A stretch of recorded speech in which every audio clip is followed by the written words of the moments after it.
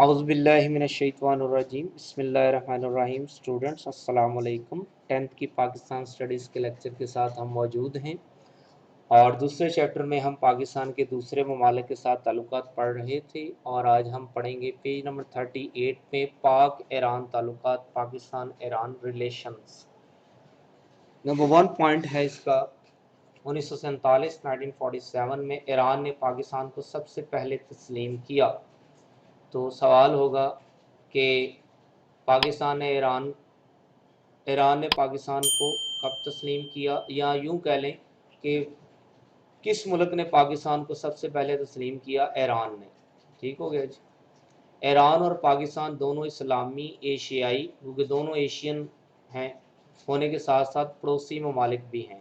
پاکستان کی جو ویسٹ میں سرحد ہے مغرب میں، وہ ایران اور افغانستان سے لگتی ہے۔ دونوں ممالک گہرے تاریخی، مذہبی، ثقافتی رشتوں سے منسلک ہیں، یعنی ہسٹوریکلی، ریلیجیس اور کلچرلی جو ہیں دونوں ممالک کے گہرے تعلق ہیں۔ 1949 میں پاکستان کے وزیر اعظم نے ایران کا دورہ کیا، جس کے جواب میں 1950 میں شاہ ایران، اس وقت ایران میں بادشاہت تھی، کنگڈم تھی، نے بھی پاکستان کا دورہ کیا اور تجارتی روابط قائم ہوئے، ٹریڈ کے جو ریلیشن تھے وہ بنے تجارت کے۔ ایران اور پاکستان نے تجارتی اور ثقافتی سمجھوتے کے بعد ضروری سمجھا کہ دفاع کے شعبے میں بھی تعاون ہو، ڈیفنس کے فوجی معاملات۔ امریکہ سے دونوں ممالک کے تعلقات بہت اچھے تھے اور دونوں کو سوویت یونین کی جانب سے خطرہ تھا۔ سوویت یونین یہ روس کا پرانا نام ہے جب وہاں پہ بادشاہت تھی۔ پاکستان، ایران، ترکی، عراق اور برطانیہ نے ایک دفاعی معاہدے پر دستخط کیے جو معاہدہ بغداد کہلایا، یعنی جو مختلف اسلامی ممالک کا آپس میں اتحاد تھا جنگ سے بچنے کے لیے، معاہدہ ہوا جس کو بغداد پیکٹ کہتے ہیں، وہ ہوا۔ تو یہ آپ سوال یہاں پہ بنے گا، معاہدہ بغداد کن ممالک کے درمیان ہوا؟ پاکستان، ایران، ترکی، عراق اور برطانیہ کے درمیان۔ امریکہ اس معاہدے کی پشت پناہی کر رہا تھا، یعنی اس کو بیک کر رہا تھا۔ 1958 میں عراقی انقلاب کے بعد عراق معاہدہ سے باہر ہو گیا تو اسے سینٹو کا نام دیا گیا۔ سینٹو سے مراد ہے سینٹرل ٹریٹی آرگنائزیشن۔ جب عراق باہر نہیں ہوا تھا تو اس کو میٹو بھی کہتے تھے، METO، عراق کے باہر ہونے سے پہلے مڈل ایسٹ ٹریٹی آرگنائزیشن۔ تو یہاں پہ سوال بنے گا عراق بغداد معاہدے سے کب باہر ہوا؟ 1958 میں۔ وہاں پہ عراق میں انقلاب آ گیا تو پھر عراق نے اس معاہدے سے جو ہے وہ اپنی شمولیت ختم کر لی۔ سینٹو سے مراد ہے سینٹرل ٹریٹی آرگنائزیشن، یعنی یہ جو ممالک تھے ان کے درمیان جو معاہدہ پھر رہ گیا عراق کے نکلنے سے، تو پھر نام یہ تبدیل ہو گیا۔ دفاعی سمجھوتا پاکستان اور ایران کو ایک دوسرے کے بہت قریب لے آیا۔ یہ معاہدہ کیا تھا سینٹو؟ یہ معاہدہ بغداد کی طرح ہی تھا کہ ایک دوسرے کے خلاف جنگ نہیں کرنی، لڑنا نہیں ہے، اور کسی مظلوم ملک کے خلاف جو ہے وہ فوجی مدد بھی فراہم کریں گے، غیر ضروری جنگوں سے گریز کرنا ہے۔ آگے ہے، ایران نے مسئلہ کشمیر پر پاکستان کا ہمیشہ بھرپور ساتھ دیا اور پاکستان کے موقف کو سراہا، یعنی ان کے خیال کی تعریف کی، ان کے پوائنٹ آف ویو کو پریز کیا۔ اقوام متحدہ کے اندر اور باہر، یعنی UNO، یونائٹڈ نیشن آرگنائزیشن، تمام دنیا کے ملکوں کو اکٹھا کرنے والا ادارہ، اندر اور باہر کشمیری عوام کے حق خود ارادیت کی حمایت کی۔ حق خود ارادیت، اپنا حق خود استعمال کرنا۔ ایران نے ہمیشہ بھارتی افواج کے کشمیری مجاہدین کے خلاف مظالم کی کھل کر مخالفت کی۔ نمبر 4، 1965 اور 1971 کی جنگوں میں ایران پاکستان کے ہمراہ رہا۔ ایران کی سیاسی، اخلاقی، اقتصادی اور فوجی امداد سے پاکستان کی بڑی حوصلہ افزائی ہوئی۔ پاکستان وجود میں آیا تو جب تک پاکستان اسے تسلیم نہ کیا، ایران نے بھی اسے تسلیم نہ کیا۔ اب یہاں پہ دو سوال بنیں گے، ایران نے مسئلہ کشمیر پر پاکستان کی کس طرح حمایت کی، یہ تیسرا پوائنٹ، اور چوتھا پوائنٹ یہاں سوال بنے گا 1965 और 71 की जंगों में ईरान ने पाकिस्तान का किस तरह साथ दिया, तो ये चौथा पॉइंट है, पूरा लिख देंगे। अगले पेज पे हम जा रहे हैं। शाह ईरान, तुर्की और सदर पाकिस्तान की आला सतही मीटिंग 1964 में हुई, 1964 में, और माहिदा इस्तंबुल पर दस्तखत हुए। यानी जो माहिदा इस्तंबुल हुआ था उसमें 3 मुल्क शामिल थे। यहाँ सवाल भी बनेगा, माहिदा 2 सवाल बनेंगे, माहिदा इस्तंबुल कब हुआ, इस्तंबुल एग्रीमेंट कब हुआ, 1964 में, और माहिदा इस्तंबुल में कौन से ममालिक शामिल थे, ईरान, तुर्की और पाकिस्तान। ये माहिदा, ये एग्रीमेंट तीनों ममालिक को एक दूसरे के बहुत करीब ले आया। माहिदा के नतीजा में RCD, regional cooperation development, regional, original नहीं, regional, REGIONAL, regional cooperation development, इलाकाई तावन बराए तरक्की का संग बुनियाद रखा गया। ईरान, पाकिस्तान और तुर्की ने बहुत से मुश्तरका मनसूबे मुकम्मल किए। अब इस तंजीम को इक़्तिसादी तावन की तंजीम यानी RCD का नाम बदल गया, ECO कहा जाता है, जिसके मेम्बरान की तादाद 10 है। ECO economic cooperation organisation, economic cooperation organisation. अब यहाँ पे भी सवाल बनेंगे, RCD कब कायम हुई, 1964 में, और RCD का नया नाम क्या है, इक़्तिसादी तावन की तंजीम या ECO। ECO के मेम्बरान की तादाद कितनी है, 10। 6 पॉइंट, पाकिस्तान ने 1979 में इस्लामी इनकलाब के बाद ईरान की नई हुकूमत को तस्लीम किया और हर शोबा में ताउन को मज़ीद वसअत दी। ईरान में जब बादशाह ख़त्म हुई तो एक इनकलाब आया, तो वहाँ पे प्योर इस्लामी हुकूमत फिर कायम हो गई। पाकिस्तान ने उस हुकूमत की भी के साथ भी ताउन किया। सन 2000 में सदर पाकिस्तान ने ईरान का दौरा किया और मुख्तलिफ शोबों में ताउन को मज़ीद फ़रोग़ देने के लिए ज़रूरी इक़दाम उठाने का इरादा किया, रिवाइज़ किया, दोहराया।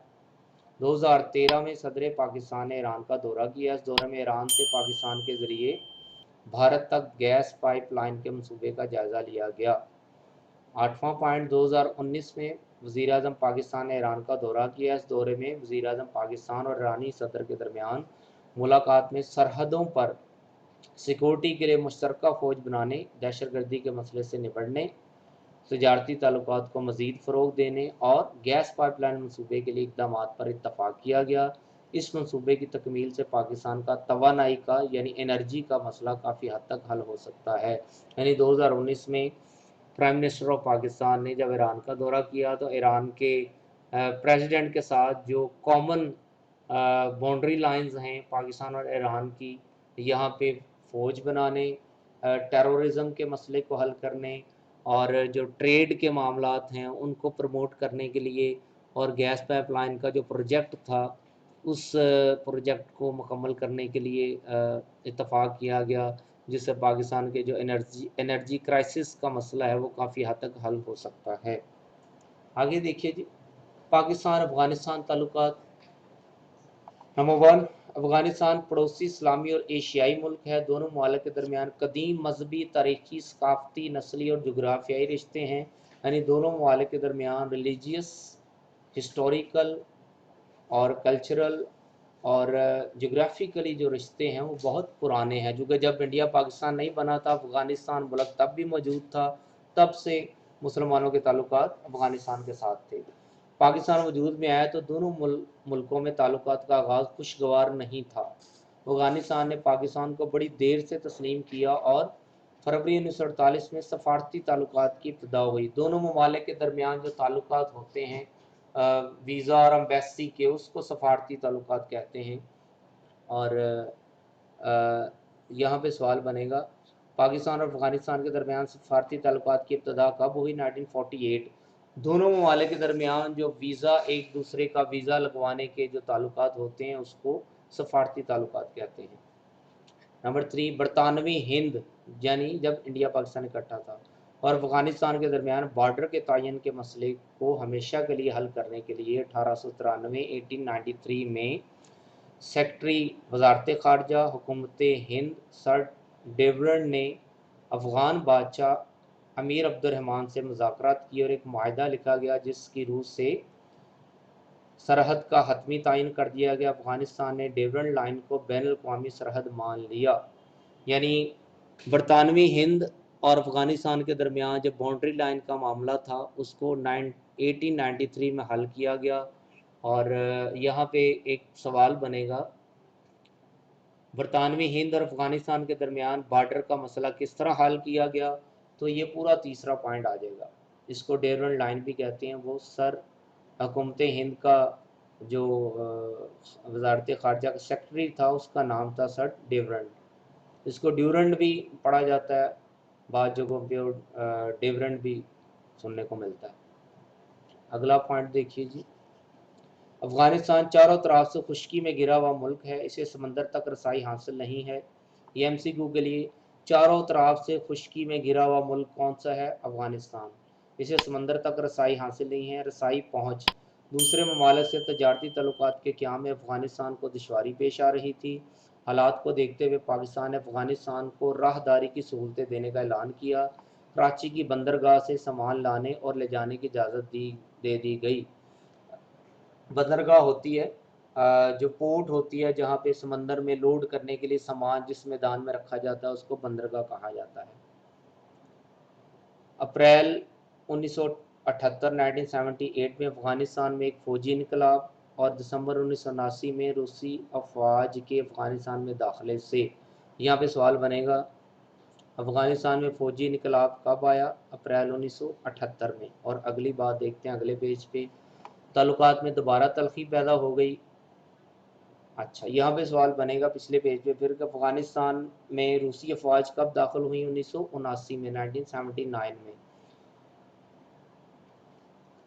अफ़गानिस्तान हुकूमत ने मुखालफिन को कुचलने के लिए रूसी फ़ौज को वसी पैमाने पर इस्तेमाल किया। अफ़गानिस्तान हुकूमत ने मुखालफिन को कुचलने के लिए रूसी फ़ौज को वसी पैमाने पर इस्तेमाल किया, जिसकी वजह से लाखों अफ़गान बशिंदे रहने वाले अपना घर छोड़कर पनाह हासिल करने के लिए पाकिस्तान में दाखिल हुए। पाकिस्तानी की हुकूमत ने इंसानियत और इस्लामी जज्बे के तहत इन्हें पनाह दी। जब 1979 में रूसी फ़ौज अफ़गानिस्तान में दाखिल हो गई तो फिर पाकिस्तान ने अफ़गानिस्तान की मदद की और अमेरिका जो है वो पाकिस्तान के रास्ते रूस को शिकस्त देने के लिए अफ़गानिस्तान को भी इमदाद भेजता रहा और बहुत से अफ़गानी जो हैं वो पाकिस्तान में पनाह लेने के लिए आ गए। नंबर 6 पॉइंट, 11 सितंबर 2001 में वर्ल्ड ट्रेड सेंटर के हादसे के बाद अमेरिका ने अफ़गानिस्तान पर हमला कर दिया। अफ़गानिस्तान में तालिबान एक ग्रुप है, वहाँ पे तालिबान की हुकूमत ख़त्म कर दी गई और वहाँ नई हुकूमत कायम हो गई। हुकूमत पाकिस्तान ने नई हुकूमत के साथ भी ताउन का ऐलान किया और अफ़गानिस्तान की तमीर नौ के लिए, नए सिरे से तमीर, रिकन्स्ट्रक्शन के लिए भी माली इमदाद भी दी और मज़ीद इमदाद देने का भी वादा किया। वर्ल्ड ट्रेड सेंटर का हादसा कब हुआ? यहाँ सवाल बनेगा, 11 सितंबर 2001। तो अमेरिका ने ये इल्ज़ाम लगाया अफ़गान हुकूमत पर, अफ़गानिस्तान पर कि ये वहाँ उन्होंने हमला किया है। तो 2001 में फिर अफ़गानिस्तान की हुकूमत ख़त्म भी, अफ़गानिस्तान में तालिबान की हुकूमत ख़त्म भी हुई और वहाँ पर अमेरिका ने हमला भी किया। नंबर 7, 2019 में अफ़गानिस्तान के सदर ने पाकिस्तान का दौरा किया और वज़ीर-ए-आज़म पाकिस्तान से मुलाकात की। इस मौका पर दोनों रहनुमाओं ने खित्ते में अमन और खुशहाली के लिए मिलकर काम करने, तजारती राहदारी यानी ट्रेड कॉरिडोर, इकनॉमिक कॉरिडोर और बाहमी तजारत में हायल रुकावटों को दूर करने पर इत्तफाक किया। मुस्तकबिल में दोनों ममालिक के दरमियान अच्छे ताल्लुकात की तवक्को की जा रही है। तो ये स्टूडेंट आपका लेक्चर था जिसमें आपने दो ममालिक के साथ पाकिस्तान के ताल्लुकात पढ़े, ईरान और अफ़गानिस्तान के साथ। दोनों हमारे मुस्लिम हमसाया ममालिक हैं, दोनों एशियन कंट्रीज़ हैं, ये कॉमन बातें हैं। दोनों के साथ तारीख़ी, सकाफ़ती, मजहबी ताल्लुकात हैं और आपने इन दोनों ममालिक में जो मैंने निशानात लगवाए हैं MCQ के लिए, शॉर्ट क्वेश्चन के लिए, आपने अच्छी तरह से याद करने हैं क्योंकि यहाँ से बहुत से MCQs और शॉर्ट क्वेश्चन आते हैं।